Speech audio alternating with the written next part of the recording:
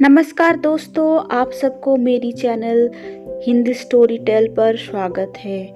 आज मैं फिर से आप लोगों के लिए एक मोटिवेशन स्टोरी लेके आई हूँ। शास्त्रों में कहा गया है कि अगर हम किसी का भला नहीं कर सकते तो उसका बुरा भी नहीं करना चाहिए और ना ही उसके प्रति दुष्टता का भाव रखना चाहिए।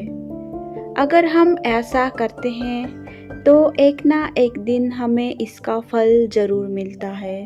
इस कहानी के माध्यम से आप लोगों को ऐसे ही एक दुष्टता का फल के बारे में बताने जा रही हूँ। यहाँ एक अशोक नाम के एक व्यक्ति को अपने मित्र विनय के प्रति दुष्टता का भाव रखने के कारण न केवल जलील होना पड़ा, बल्कि उसे एक बड़ी मुसीबत का भी सामना करना पड़ा। अशोक और विनय एक ही ऑफिस में काम करते थे।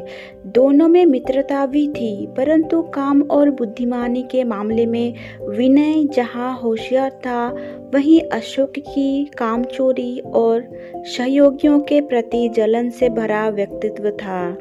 एक तरफ अशोक जहां स्वयं काम से भी जी चुराता था, वहीं दूसरों के काम बिगाड़ने के लिए वो हमेशा साजिशें रचता था। विनय से दोस्ती होने के बावजूद वो उसे हमेशा नीचा दिखाने की कोशिश करता था, परंतु विनय सब कुछ जानते हुए भी अशोक की हरकतों को नज़रअंदाज कर देता था। ऑफिस में आए दिन अशोक की हरकत से सभी कर्मचारी परेशान रहते थे। एक दिन तो हद ही हो गई जब ऑफिस के खाते में गड़बड़ी पाई गई। अशोक और विनय ऑफिस में कंपनी का हिसाब किताब रखने वाले लेखा विभाग में कार्यरत थे।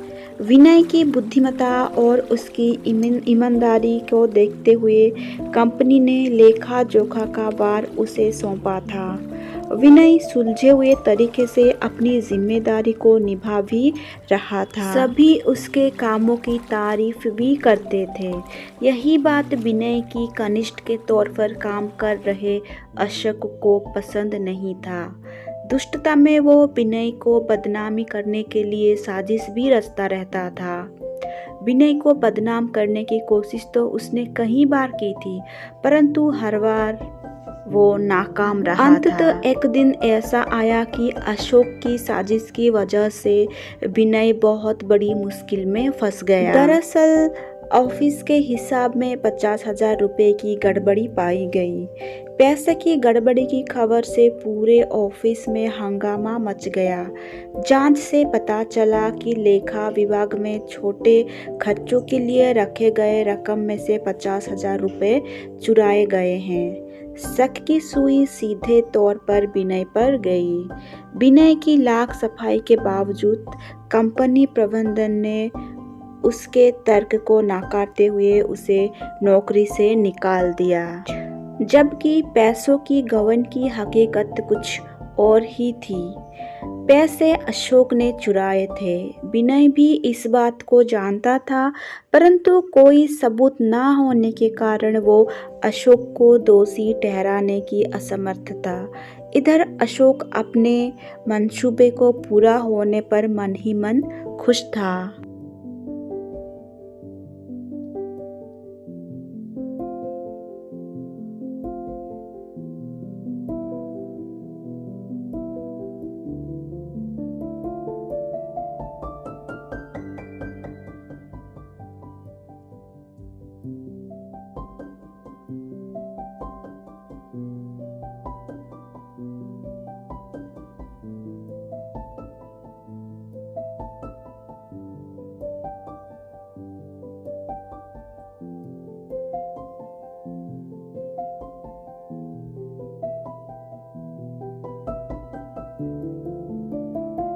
सभी को लगभग अशोक पर ही शक था।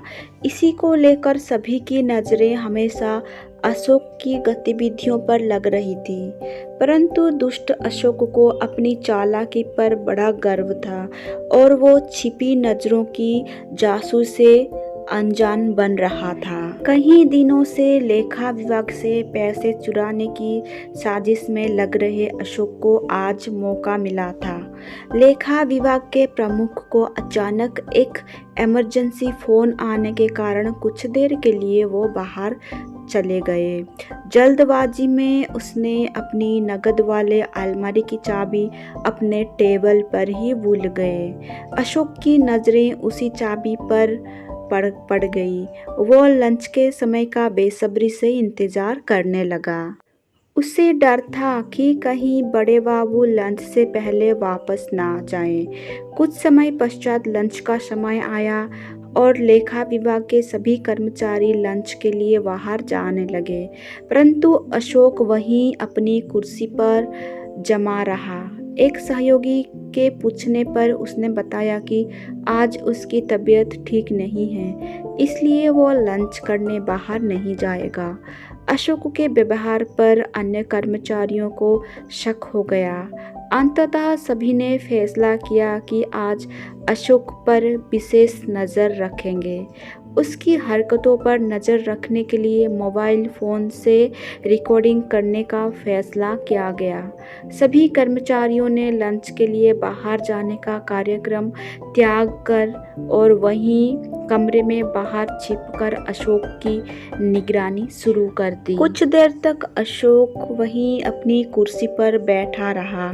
कुछ देर बाद जब उसे लगा कि अब सभी बाहर चले गए हैं, तो उसने निश्चित होकर बड़े बाबू के टेबल पर रखी चाबी उठाई और अलमारी खोलकर वहां रखी पूरी पैसे को उठा लिया।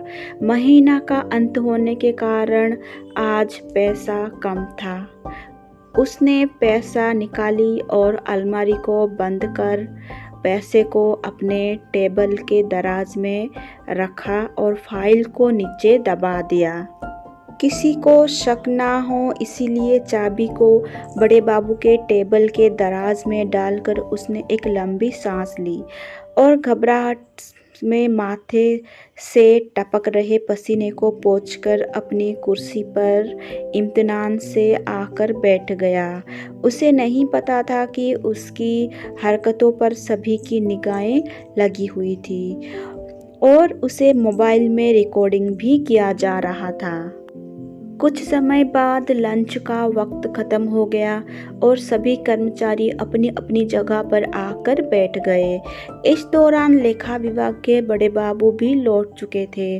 सभी शांत भाव से अपने काम में जुट गए, परंतु अशोक के चेहरे पर घबराहट और तनाव का लक्षण स्पष्ट दिखाई दे रहा था। बड़े बाबू को याद आ गया था कि अलमारी की चाबी वे टेबल पर ही भूल गए थे, इसलिए आते ही पहले तो उन्होंने चाबी खोजनी शुरू की। इधर उधर खोजने के बाद जब उन्होंने दरवाजे खोला तो उन्हें चाबी वहीं पड़ी हुई मिली। चाबी मिलने पर उन्हें सुकून मिला और फिर वो नकदी रखने वाली यानी कि पैसा रखने वाली अलमारी की ओर बढ़े और बड़े बाबू की हरकतों को अशोक तिरछी नज़रों से देख रहा था। जब उसने देखा कि वे अलमारी की ओर बढ़ रहे हैं तो उसकी दिल की धड़कन बढ़ गई। इस बीच अलमारी खोलते ही बड़े बाबू की चीख पड़े, पैसा कहाँ गया? बड़े बाबू की चीख सुनते ही सभी कर्मचारी अपने जगह से उठकर उस ओर भागे।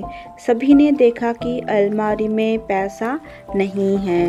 एक बार फिर से ऑफिस में कहरा मच गया। डर के मारे बड़े बाबू के आंखों में आंसू आ गए थे। उन्होंने अपने आप को निर्दोष बताया। इसी बीच कंपनी के मालिक भी वहां आ गए और बड़े बाबू से बोले कि मैं जानता हूं कि आप निर्दोष हैं और केवल हम ही नहीं बल्कि सभी लोग जानते हैं कि चोरी किसने की है। आपसे पहले चोरी की जानकारी मेरे पास पहुंच चुकी है और वो भी सबूत के साथ। हमने पुलिस को भी बुला लिया है। फिर भी मैं एक मौका उसको देना चाहता हूँ जिसने चोरी की है। अगर वो स्वयं स्वीकार कर लेगा तो उसे पुलिस के हवाले नहीं किया जाएगा। इतना सुनते ही अशोक परेशान हो उठा और धीरे से खिसकते हुए वहाँ से भागने की कोशिश करने लगा। उसे नहीं पता था कि सबकी निगाहें उसी के ऊपर है। जैसे ही अशोक दरवाजे की ओर लपका, एक कर्मचारी ने उसका हाथ पकड़ लिया। इसी बीच पुलिस भी वहां आ गई थी। कंपनी की मालिक ने अशोक के लाख गिड़गिड़ाने के बावजूद उसे पुलिस के हवाले कर दिया। आज सभी को अशोक की दुष्ट प्रवृत्ति के कारण विनय जैसे होनहार कर्मचारी को खोने का दुख हो रहा था, परंतु सभी को खुशी इस बात की थी कि अशोक को उसके किए का फल मिल गया और आगे से उसकी दुष्टता का शिकार ऑफिस में किसी और को नहीं होना पड़ेगा। दोस्तों, इस कहानी से हमें यही शिक्षा मिलती है कि हमें किसी के प्रति दुष्टता का भाव नहीं रखना चाहिए। दुष्ट प्रवृत्ति का व्यक्ति कुछ समय के लिए किसी को दुख जरूर पहुंचा सकता है, परंतु एक ऐसा वक्त आता है जब उसके कर्म ही उस पर भारी पड़ता है। अशोक ने विनय के प्रति दुष्टता रखी, परिणाम स्वरूप विनय को अपमानित होकर नौकरी से जाना पड़ा। यह ईमानदार और शरीफ आदमी के लिए एक बार का दुख था, परंतु अशोक जैसे दुष्ट आदमी को अपने लिए हवालात की सर पकड़नी पड़ी। यह उसके लिए जीवन भर का कलंक बन गया। दुष्टता का फल सबसे बड़ा और क्या हो सकता है।